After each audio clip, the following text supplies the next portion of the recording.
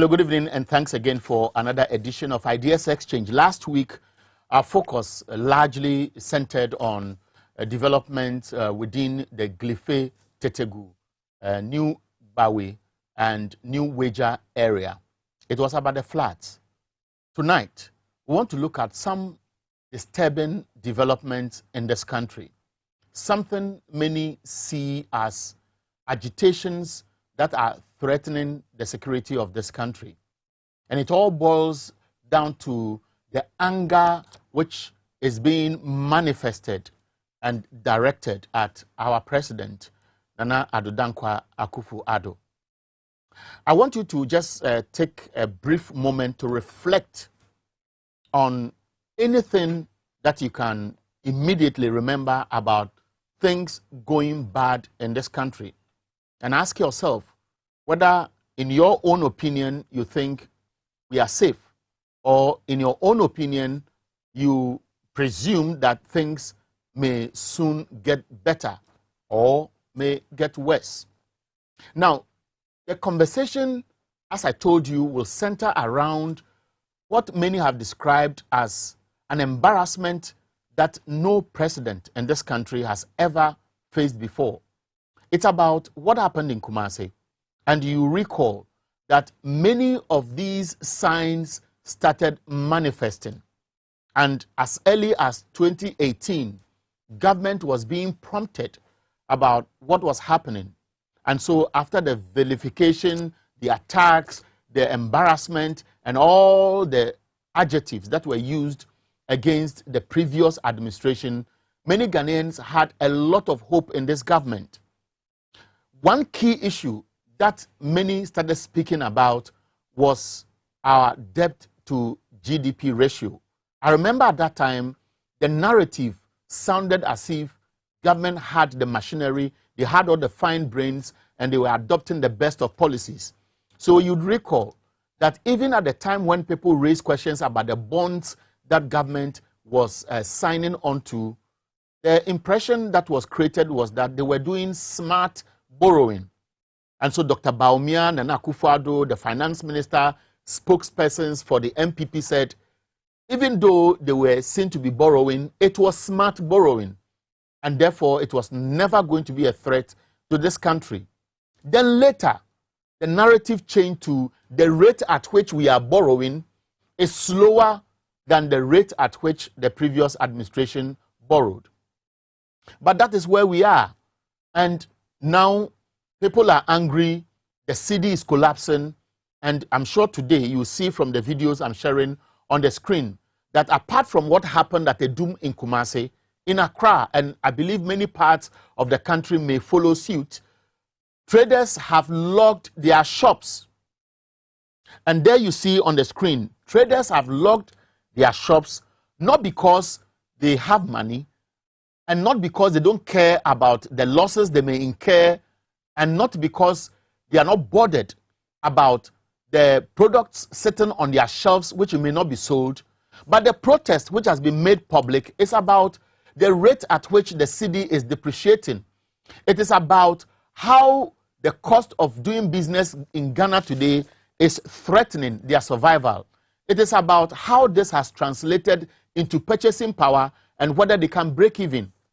It is about the fear that the cedi may slip further. Some are already projecting that we may hit 13 cedis to $1 by next week. Already, as of today, we are told many forex bureaus are selling the dollar at 12 cedis, 50 pesos. And so that has been the narrative.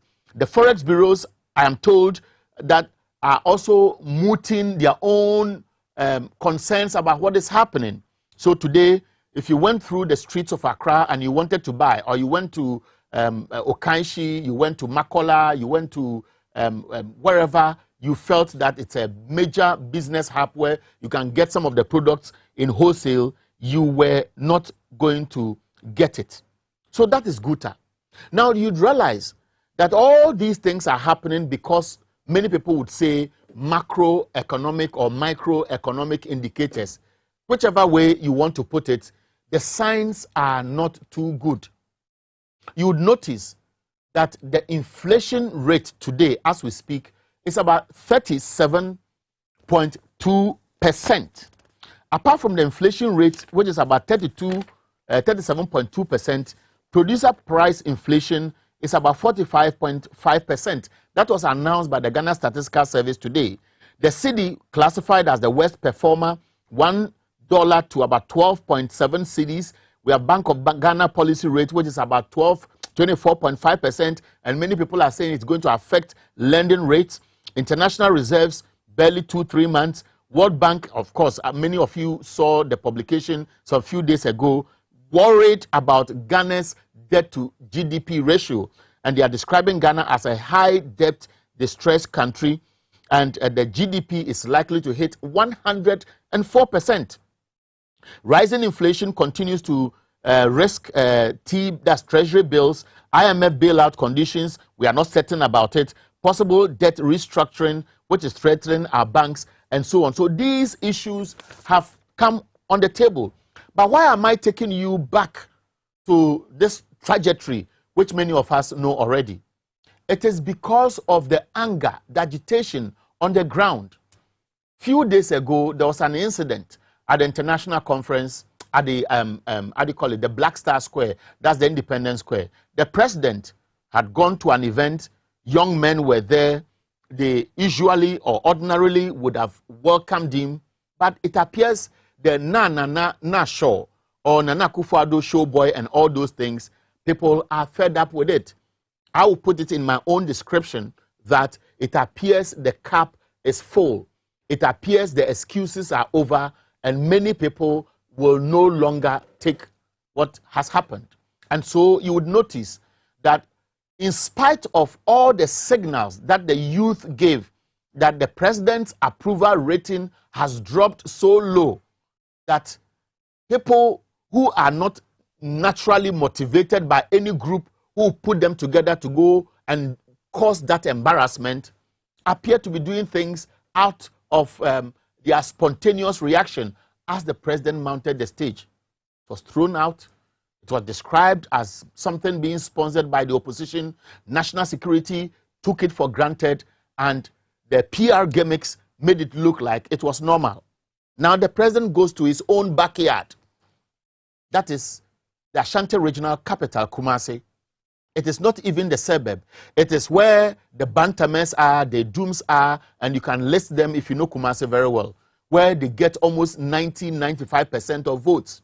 The president went there, and I am surprised that national security operatives, I don't know whether they are the well-trained ones who are supposed to be giving intel to government. Because if a Doom traders have gone on demonstration, locked shops for 1 day, 2nd day, 3rd day, and it takes the intervention of the Asante Hema, because people in Ashanti region are very, very respectful of the traditional house, that is Manshia Palace, and give that respect to the Asante Hema and the call of the strike. Intel on the ground days before the president's arrival in Kumasi would have told him that you will not be welcome and therefore suspend it. But be as it may, the president was ushered into the stronghold of the opposition New Patriotic Party. You may have seen some of the videos on social media, but for us here on TVXYZ, which you may have been shared with you already, I want you to reflect on the commentary as we play this video.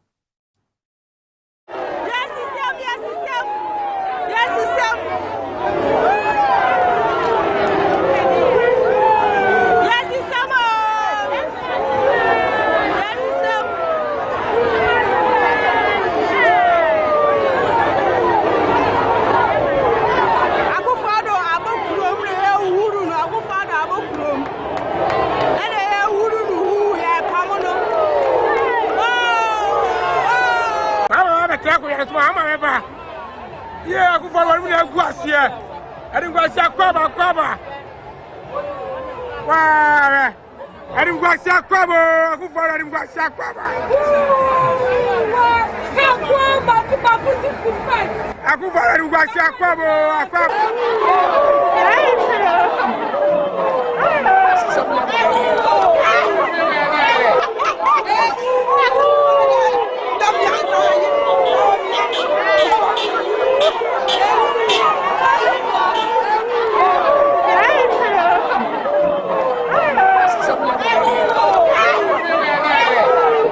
And so those were excerpts of what we have been able to put together. I've seen several other videos from different angles. First, what informed the plan around the president's visit? What informed a long convoy into a territory where many people may have sent signals already that there is anger on the ground? Don't forget, Swami is within the same enclave. I know Kumasi very well, and just recently there were agitations and there were people pelleting stones or water or whatever at the majority leader of parliament. And even at that time, it appeared as if there was some stage management for people to say, oh, we apologize and so on and so forth. But the long convoy, is it not one of the reasons why people will think that the government does not care for the ordinary? Now, before I introduce my guest, who will join us shortly, I want you to reflect on several other things that government appears to be doing, which suggests that they have taken Ghanaians for granted for several months or several years, and that is why today the president goes to his own backyard and he will suffer that level of embarrassment, far more than what happened at the Independence Square. I'm sure you know Galamsey. The Galamsey fight has been on, and there have been several calls on government to take on its own who are actively involved. Videos have come out and several other issues have been raised. If you watched some of the videos that have gone around, you would have noticed that one of those who have been accused by government itself for illegally encroaching a forestry concession is Chairman Wontumi Bernard Entry Boesiakun. So if the president is going to the Manshia Palace and is sitting side by side by Chairman Wontumi, when the lands ministry is in its own statement suggesting that it acted illegally, and there have been calls on government to prosecute him, to confiscate his machines, to take action against Akunta mines, what signal does it send to even the Asantehene when such a person who is now a questionable character because of the revelations either in video or by the clash between residents of Samre Boy and the company itself, where some equipment were bent by the youth of that area? What signal does it send for such a personality to be sitting around the president, for the president to be making a pledge to the Asantehene that he was going to fight illegal mining? Today, you'd remember that there are some fresh controversies that are emerging.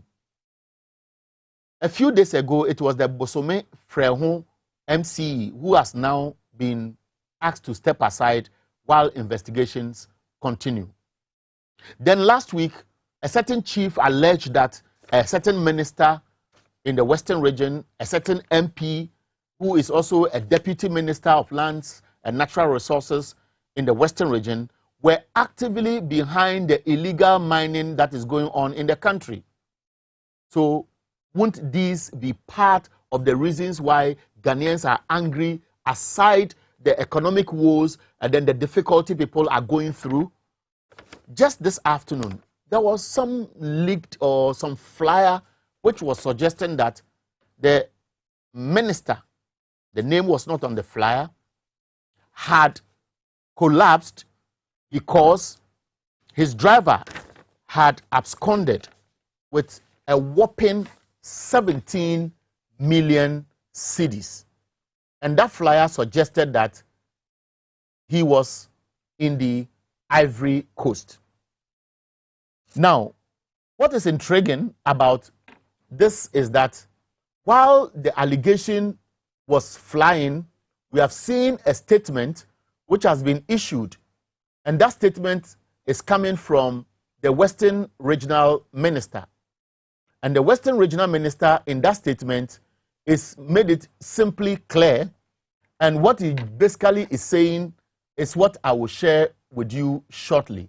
And it is on the screen. I will read it very shortly before I engage my desk, my guest.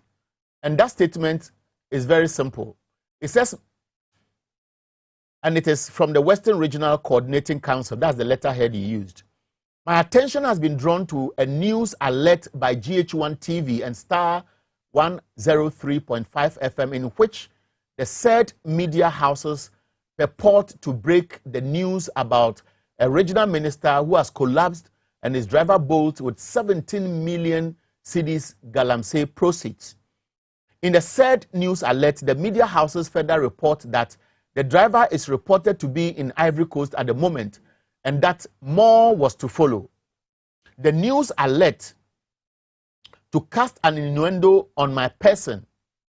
It is therefore not strange that for those who are still bent on tarnishing my hard-won reputation and to distract me from executing my official duties in service to the people of my region, including my unrelenting fight against illegal mining in the region, they have jumped onto the news alert to further their sinister objectives. Please be advised that I am well and fit and carrying about my duties in good health and great spirits.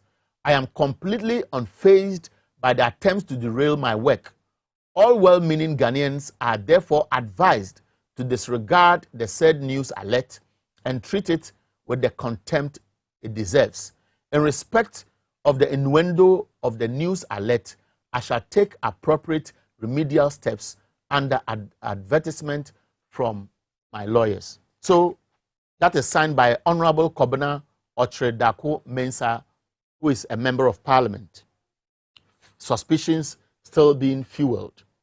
Obviously, good reason maybe for many Ghanaians to be angry because they feel the government is shortchanging us. And for that reason, government appears not to care about what people wish. When I come back from this brief break, I'll talk to Richard Kumado. He's a governance. I'm told he's on the line. So, Richard, first of all, thanks for your time and good evening for the opportunity on Ideas Exchange on TV XYZ. Thank you. Yes, I know you are joining me in the studio. Something has held you up, and so we'll begin our conversation while you move physically to be with me. First of all, what went through your mind when you watched the viral tapes of people in Ashanti region embarrassing the president? What signal does it send? The first instance when the president had the same issue at the Global Citizen Program at the Independence Square, my assertion was that it has been a miscommunication between the handlers of the president and the event managers and the event organizers. To the extent that it has become a consistent something, then it means that the handlers will need to watch again. Predominantly, these are the things that happen. Before the president moves out into any of the regions in Ghana or out of the country, the handlers of the president does what we call the security risk assessment. Then it is the outcome of the security risk assessment that determines whether the president should go, it should vary the route, or whether somebody else to go. The second layer of the security risk assessment is what the BNI does, or what the advanced party does. The advanced party is where they have an expert, where I have done it for almost all our presidents. People who have gone ahead of the president would determine whether the president should come at all, it should not come, what he should do, what he should not do, and whether there will be hostility and the key areas and the key critical issues involved. Whether the president is going to multiply the number of security around the president or not. I think in this instance, today it is hooting, it is jeering, it is booing. It will only become a major security for the handlers of the president when it moves into the next phase, which can be very physical, just like it happened to Macron where somebody slapped him, or it happened to George Bush when somebody threw the shoe at him, or somebody shot Ala Kubalo and Donald Trump was running everywhere. So these are the instances when I watched what happened and I was telling myself and I was educating the public, these are the premises for which the president could move. Why it is happening, it is the handlers of the president who can best explain. It is interesting that you begin this conversation from that perspective, intelligence failure. But the fact is, intelligence can fail, but the mood of the people and the spontaneous reaction reflect what is within, and maybe by extension, the general perception across the country. We have witnessed difficulties under almost every government, from Kwame Nkrumah's regime, Jerry Rawlings's regime, Kufuor's regime. You come to the late Professor John Evans Atamils and former President Mahama. We have had difficulties of different kinds, but it didn't culminate to the stage where people will openly behave the way we saw.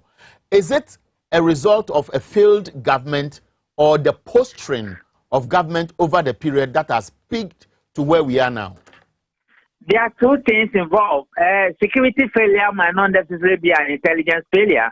When intelligence is presented to the security managers or the president or national security in particular, how they interpret it, how they act, and what they do is solely dependent by them, or they override everything the BNI is telling them is another thing. Then secondly, we are professional security providers. When we provide the services of a professional service provider to the client, and the client here is the president, how the president behaves, what the president says, how he says it, the choice of words, his manners, and all that is solely responsibility of the host or the customer. So in this case, what the people would do, the president may not have control, but to the extent that he's the president of the state, the professional service providers will always provide the services to the president to ensure his safety.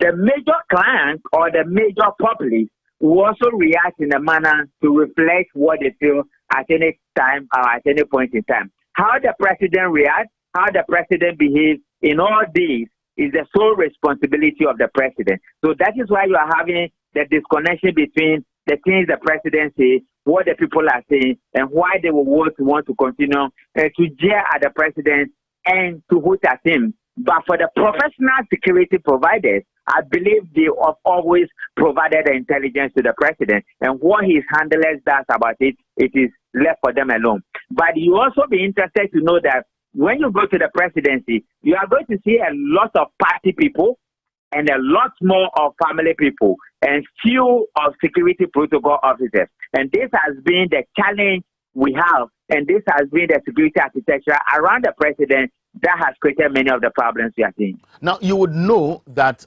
just recently we had a new director of the National Investigations Bureau, a national security coordinator. Even at the time, there were concerns that these were people who were groomed by somebody who has managed the Dankwa Institute, for example, and therefore they may not have been necessarily well cut to head those institutions, even though they deputized for a period. Would you suggest or conclude from the perspective I'm putting together in this format that if we saw what happened at the the Independence Square and what has happened in Kumasi, maybe in other jurisdictions, these people would have been held directly responsible for negligence of duty or failure in executing their job perfectly? What black people don't do is to take personal responsibility for their actions. And I've always used the Kwesi Kwarteng example that there was a miscommunication and the market in the UK responded. The junior must always take the price for the senior, and those directly involved must always pay the price. He was sacked and he was asked to leave. In our part of the world, we don't take responsibility for our actions. My only fear for them is when this particular threat moves into a physical motion where the president is physically attacked. There they may not have any excuse for their actions. And I think it is time for them to act a bit more proactively. It is time for them to act a bit more with a little bit of urgency. And where they lack the knowledge or technical understanding or abilities, there are a lot of people they could consult. And not doing the proper things may put the president's life in danger for that matter. Then again, the president as the host must understand the terrain is getting evolving and the necessity of him to act in a manner that do not aggravate his position because of the high levels of vulnerabilities we are witnessing in our country. Now, it's good you are moving me into towards the angles related to governance.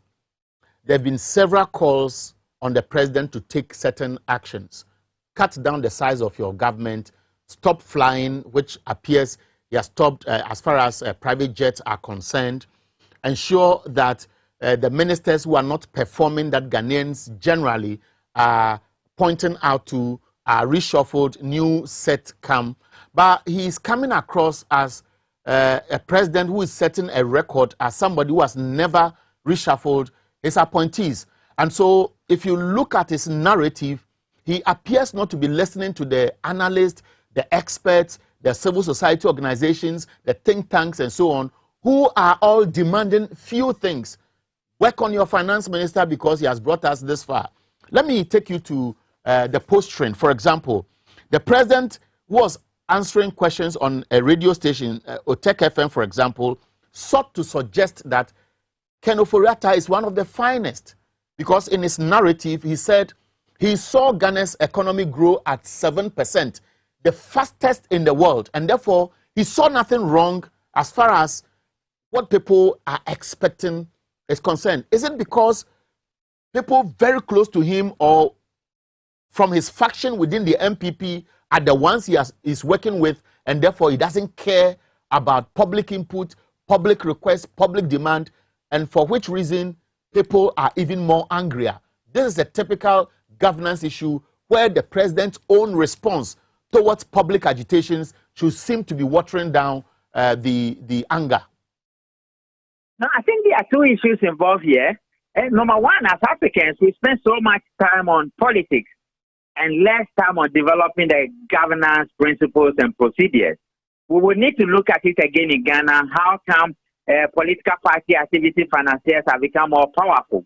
If you look at the personalities we are talking about, these are guys who have financed political party activities over the years.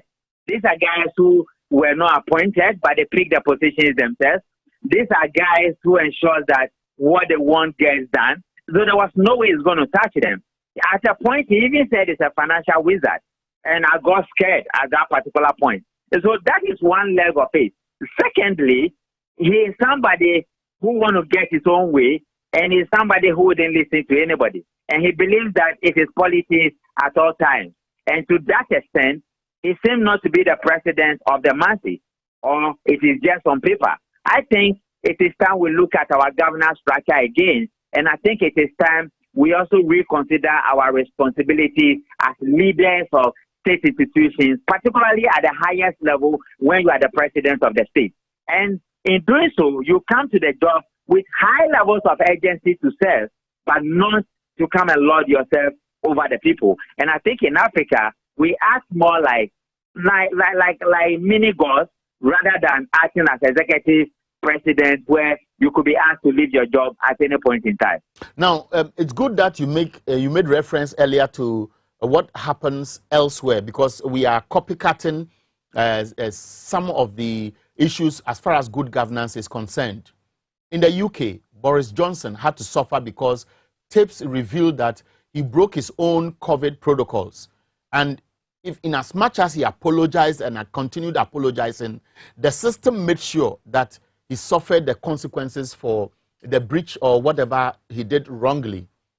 In Tunisia, in 2010, the Arab Spring started with similar agitations, which culminated into mass protests, which saw the exit of the regimes. And so it happened in Egypt, it happened in several other countries. But you would also recall that a country like Syria, Libya, for example, it didn't succeed as it did in Tunisia and Egypt. And as we speak, these countries are in turmoil. In our part of the world, we may not have seen it before. Maybe Mali may be one simple example of agitations that saw protests against the military, or that eventually saw the ousting of the regime at that time. Is Ghana moving gradually towards such, somebody would say, periods that we witnessed about 15, 12 years ago? No, definitely. I think while the permutations are all right and the driving force for those who want to lead those state agitations are stronger, they will hit the state. You remember what happened in Egypt. You remember what happened in Italy recently, what happened in Sweden, and what happened in many of those Scandinavian countries. Even in the U.S., it's still happening. And I think that we must learn from some of these things, and we must look at our governance structure again. There has been calls for amendment of our constitution. I know that we are struggling today because somebody is piling the Supreme Court because there are no limits set. And the Constitution Review has done a good job, and some of them are worth to be considered. And something like the Council of State, which has become a gentleman club with no effectiveness. But the issues we have in Ghana have little to do with the Constitution. It's just a bad governance structure that gives rise to, impunity and people not taking their responsibility seriously. And I think as individuals and as Black people who want to govern ourselves using democratic means, we will need to spend much time developing the governance aspect of things instead of politics. And politics is divisive, politics is winner takes all, and politics is unproductive sometimes. And that is why you are saying, but we may be surprised that we are getting to the stage where it will move from just jeering and hooting into physical engagement. Then you are going to have state demonstrations, and it may lead to some other things we don't want to talk about on the phone.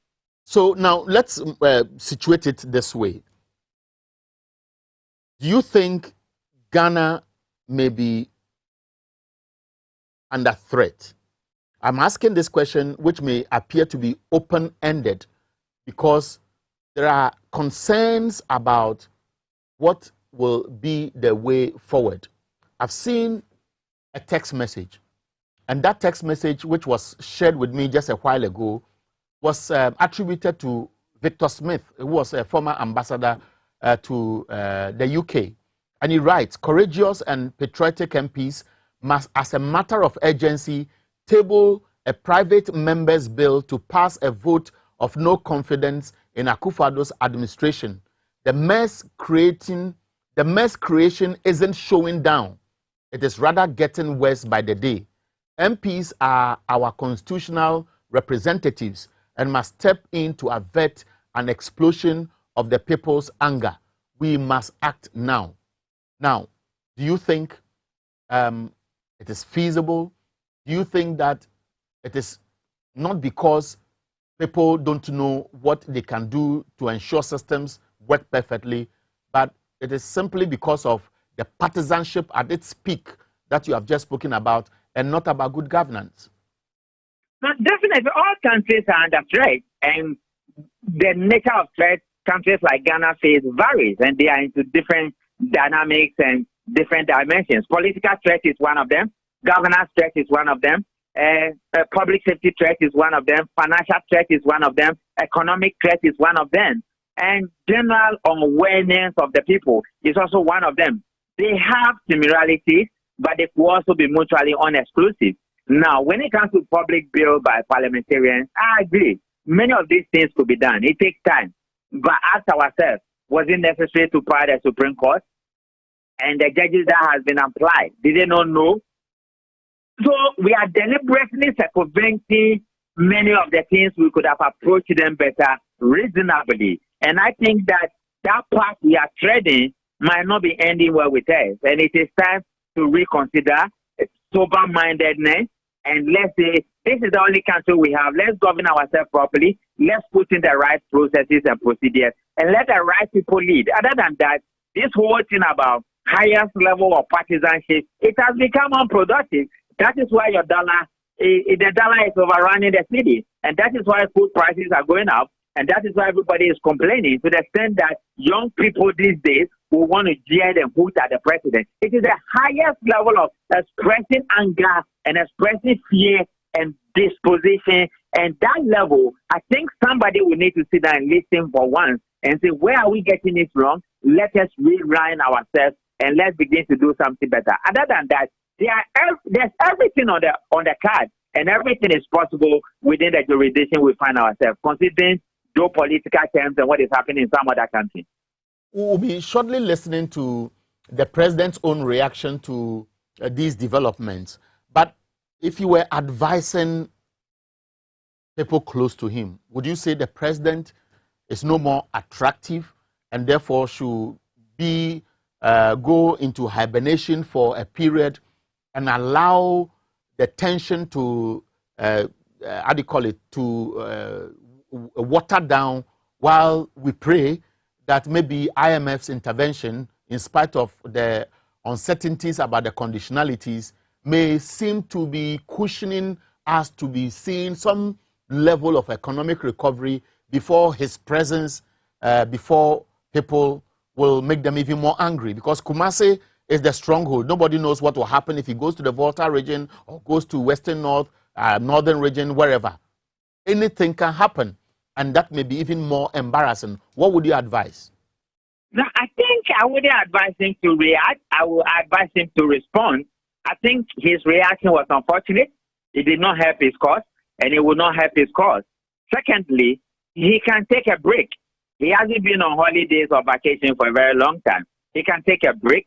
Number three, let's look at what is triggering the fundamentals that is triggering many of these hardships we are seeing. Economics is a very beautiful subject, and financial management is also a very beautiful subject. It's not too complex. You can see it. When you overspend and you overexpand, you will have cash flow issues. It's a basic statement. Then when your supply levels are low and money is commodity, then you apply on demand and supply. And once demand exceeds supply, you're going to have higher prices. I think we need to shoot up our supply base a bit. We will need to look at what is creating the problem for us, and we will need to look at ways of managing it. And we have done similar things before. This whole thing about we against them, it is not helping anybody because nobody knows it all. And when you don't know, it's not a problem. But not finding out to know, then you have a very big problem. Now, and I think people around him will need to listen more and will need to advise him more creatively. Now, so would you also suggest, as some section of the public are suggesting, that these agitations should even go on more because government is simply not ready to listen, and their narrative about Ukraine or Russia or COVID or whatever they want to tag as the reason for where we are. Now, I'll share a brief statement that IMF has put out, and this is the Africa Director of the International Monetary Fund. You know, IMF has been fighting government in and out occasionally about figures and so on, and then lately the government created the impression that they've been vindicated by the IMF, they've been vindicated by the World Bank, that it is Ukraine, Russia war or COVID. But the IMF is saying this, and I want to read. And this is the press conference which was held by the IMF World Bank spring meetings, which just ended. And the African director said this: our inflation, I mean again, there were always trade-offs when you are doing our policy calibration. And so in our original economic outlook, we are very careful to flag that there are some countries where inflation has clearly been driven more by domestic factors than exogenous factors. I think Ghana would fall into that camp. But this is coming at a time when the president, in his response to the hooting, the booing, the jeers, and the anger, let's say in Kumasi, which is reflective of the mood across the country. I'll soon share with you a poll by one of the institutions, which is Global Info Analytics. I'll share that one with you. The president, in some of the responses, I'll play a brief tape. He says, I am not afraid to be voted against. You can vote for the NDC, and I will shame you all. And that was when he spoke as Swami. I won't tell you much. Just listen to what he said as Swami. About the future prospects of our nation. And I urge all Ghanaians to join hands in building the Ghana we want. We can realize this if we all work at it. And I want to nama enkeka and papa a family who was antimedu. Bako when you know enim eba be guase ebiase. So critics, munina menimbe guase bako. So the president, and like any member of the MPP today, those who may not want to accept the reality on the ground would suggest, and the narrative have been consistent, that they did so well and they are optimistic that they will do better before 2024. Is that a good response to angry Ghanaians who want the president to know what their mood is? Come to the dealings of Ghana or government with the international bodies, there have been high levels of inconsistencies and discrepancies between what government says and what they also say.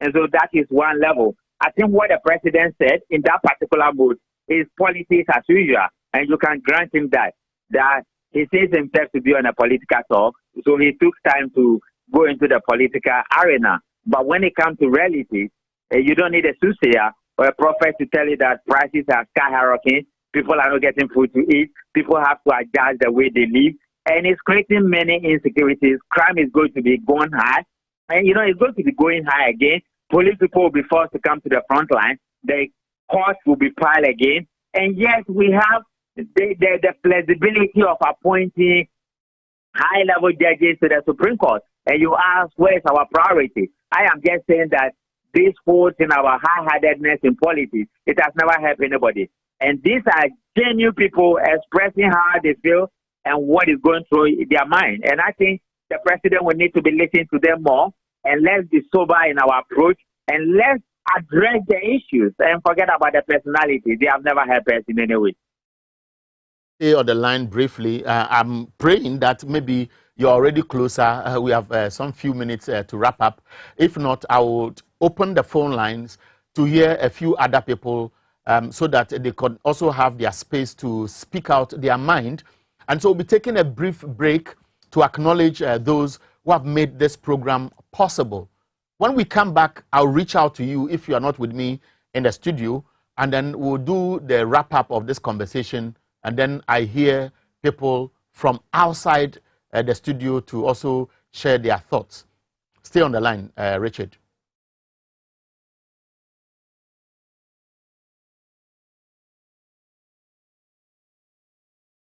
These messages with you, you would notice that a lot of people react to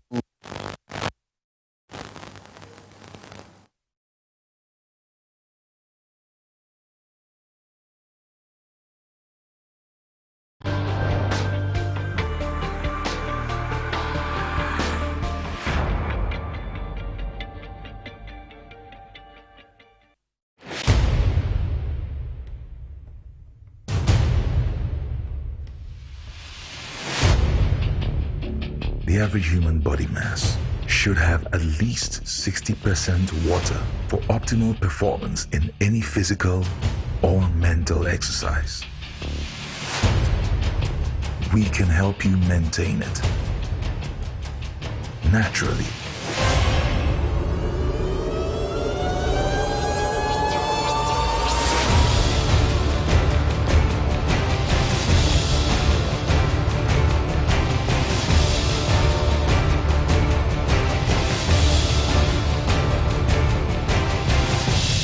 X Natural Mineral Water. Simply natural.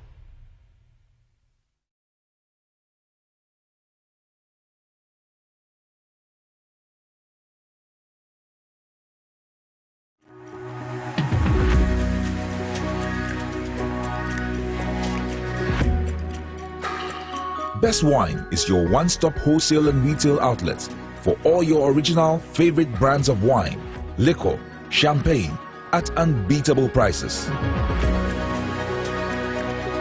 You can get discounts of up to 15% off. We provide customized solutions for your events with our event planning and catering services. Buy your well-stocked hampers from us at great prices.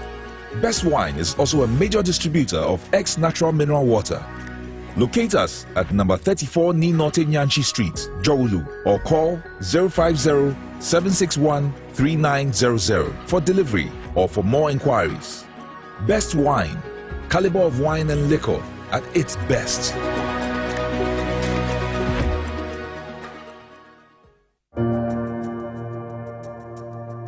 Welcome to the Royal Dazzle Event Center.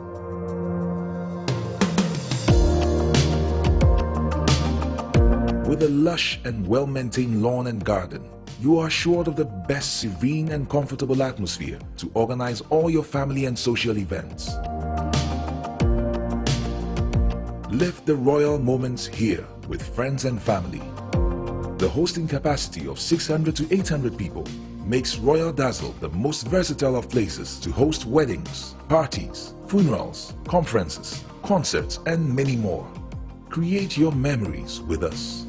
Call us for inquiries on 055-814-8585 or 024-620-2144, or pass by and speak to any of our friendly staff. Locate us at Myjohn, close to Zoom Lion headquarters. Royal Dazzle Event Center, creating memories.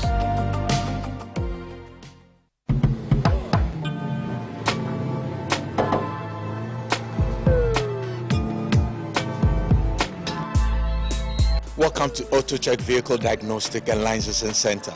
I hear my car can be checked here without going to so many hour crap. Sure.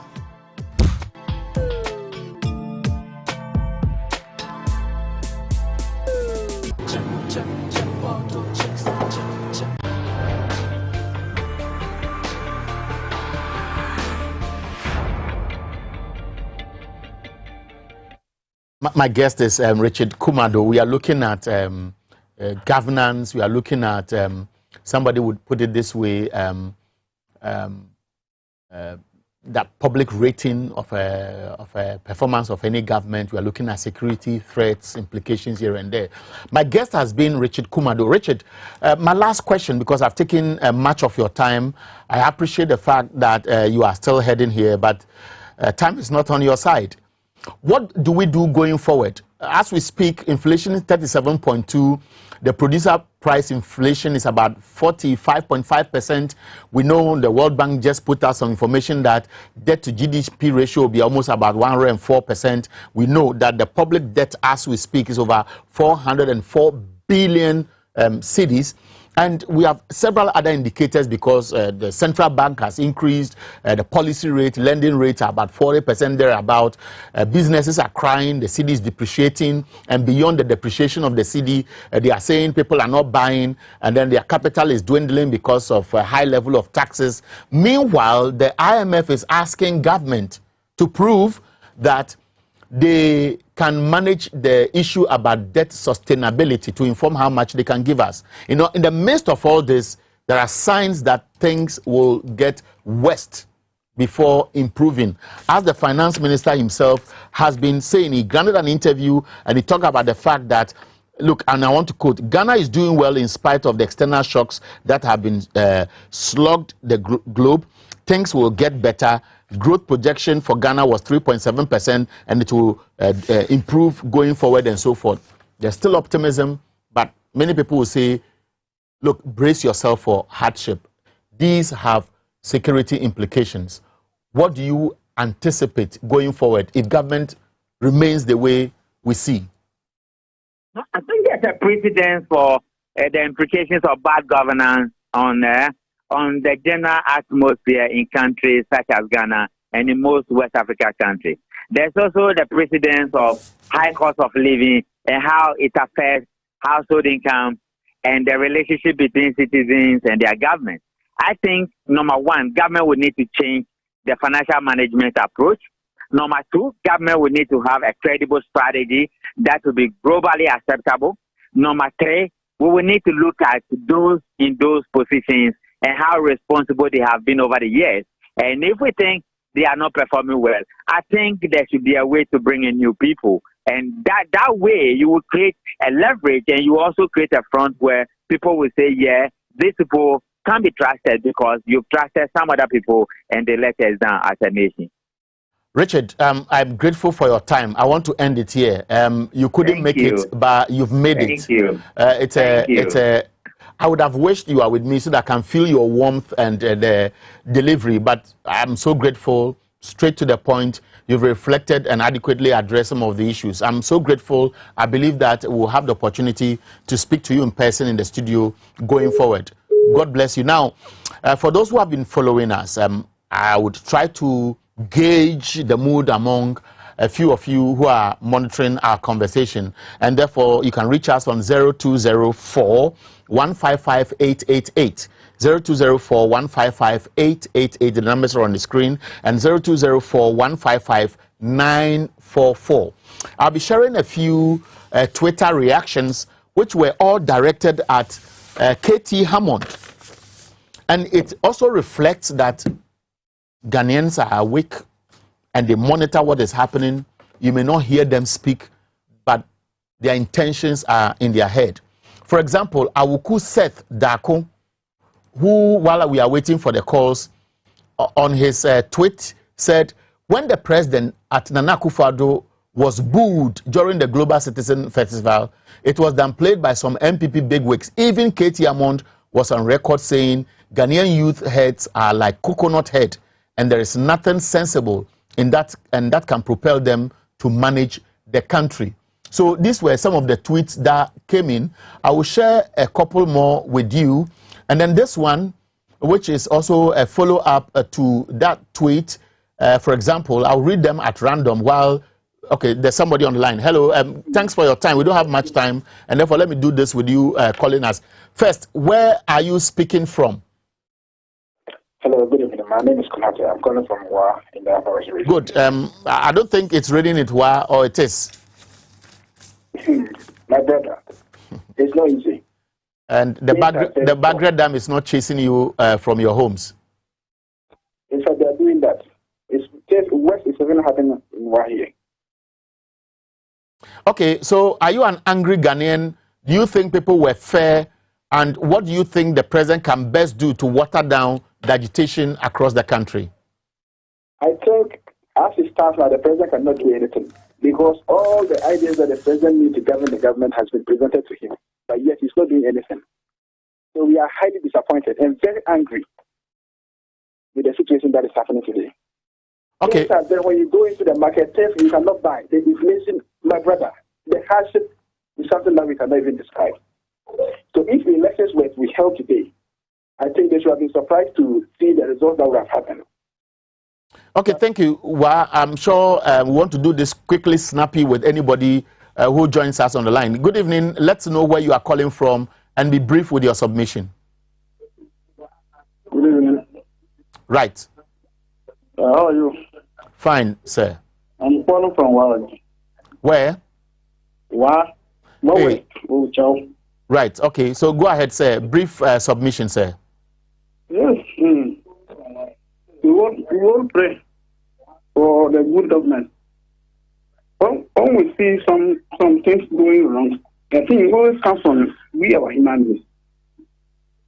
All these are doing around the country. When you see that we those from the Ghana, we Ghanaians, we are doing it. So okay. Like the way President said, everyone should make sure that you have to take time, then I will be doing our business. So that the government can do well. The government, this one is not doing a part alone. It's affecting all Ghanaians. Right. All right. So thank you very much for the submission, and let's see if we can pick some few more calls. And okay. So good evening. First, let's know where you called from and be brief.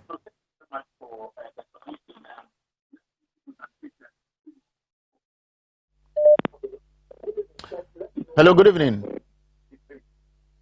Good evening, sir. My name is Michael Dako. I'm calling from Techiman. Techiman, good. I'm sure Techiman is nice tonight, isn't it? Very cold weather, I guess. Yes, it just finished raining, so it's cool here. I know Techiman very well, and I can appreciate the weather there. Now, briefly, tell us your opinion on the conversation we have had tonight. This issue is getting quite interesting. There are a lot of issues confronting this man, Nana Akufo-Addo. He's our president, good. In fact, first of all, we complained of the constitution to be revamped. This man said no. We lost confidence in some of the ministers. This man says no. You were booed, and your people said it was the NDC who told some people to do that. This time too, another one. What I would say is that, in fact, if Nana Akufo-Addo cannot rule the country anymore, he should leave it to the NDC, or better still, leave it to IMF. Because I think if we leave the country to them, it will be better off, or else he should just step down and just let things cool down before he will come and apologize to Ghanaians or do something better. This is my say, because his ways keep just adding to our wounds. His ways, they just add to our wounds. If you just keep quiet and sit. All right, thank you very much. I will pick 2 more calls. Producers, just crave your indulgence. Make it snappy. Where did you call from, sir? Hello, I'm calling from Kumasi. Kumasi, right. You were there when the president came. What's the mood in Kumasi? It's still supposed to be in the Ashanti region. Please, can I speak to you? Pachokachi, Mete. Oh, boss, that is so great. That is so great, Papa. Sir, Ekade, no, you're so great. About some pots in Epedeka. Sir, you know, people who necessarily will not. It's a woman could ye over kind of cry, almost say, hey, who could be over Kadia, my name Chassia. Or Maya Mao, or Maya will father that they will buy with me. Ghana, over some of Manipa Wapono. Bra, she see a future and you put one more Ghana. Who got to cabel coffin neck. At the overching, near 2. Who got 2 million there, at the overcoat near $2 running away. You got from for credit, the talk massa. Who did you put them go, Miss Sama, the archie? Woman talk you talk a clear, who was over you for the crash had ever come over on a bonus to. So you want kind of crash, a dear child, you peer grid, you team was some say about the dear crowd of Swat. Yes, party to teach him. You could find the one and up and to be no one packet, no one put the engine, and crowd near you, will be able to put the crowd, no boom and no cray. To make them say, won't cry, I don't see before Bekono, time also, maybe Sasembio. Mekai de Tama Kumase fo Swame fo Wuro majority leader or MP for the area or say Mensa Bonsuno. At the chain, no, yet said there was so way no one to work up on a chow. Now, Mosi against Akufo-Addo, Adachi enter the Kumase for an radio stations no Komodimono. What's the win one now? It appears a man for a casa that Mesuma was recassi. Bra, so we are see that here no. So Uba no yard yen no papa no to kind of French Renoir. Dachi. Problem the bar, woo and the bowso. Something is a way of penino defin and crabbing and car. One Casana stand by you because I say, Namitian and Moon some movie. Open one will be but two can be. Would have shown Kumasi for Nipa Nipi, I almost tidy. Wouldn't it over kind of cranach say, this I'm good ye, but to through no was a different story. Okay, but Chairman's supposed to be okay. Chairman's supposed to be the same Chairman's supposed to and cry and the big rockers will one of us will do. Okay. The one is not defending Amachables, Chairman's supposed to, or only doing a free Chairman's supposed to, something what it is no. You, Patrol, the Washington region, or you are out of a moment to Abanama MPP crowd to Yamibra, or Portland from Yonkotwaba. So many 100 are. They say, may afford to cry in your marginal class who could also, you know, you, Patrol, Yedibesiha. Na mempe nipa bakwa ma hye ne bose so omo yemienu na one line no so bekasa Pacho may I know where you are calling from and if you can make it in 30 seconds. I'm calling from Vigati in Ashanti region. Right. May I know where you are calling from and if you can make it if you can reduce the volume on your set and then go ahead. Yes. Right. My name is Khalid Ilyas. Brief.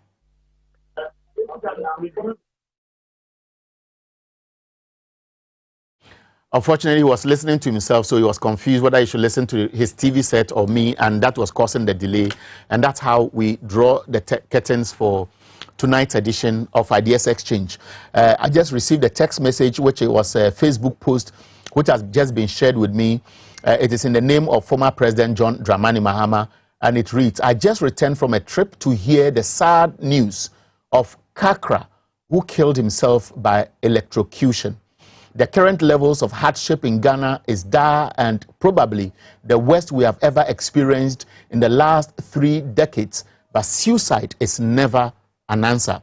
Even in the darkest night, there would always come the dawn. The sun will rise again. Let's be each other's keeper. Let's keep hope alive. I can tell you, a lot of people are desperate. There's one thing you must remember. Your life is important.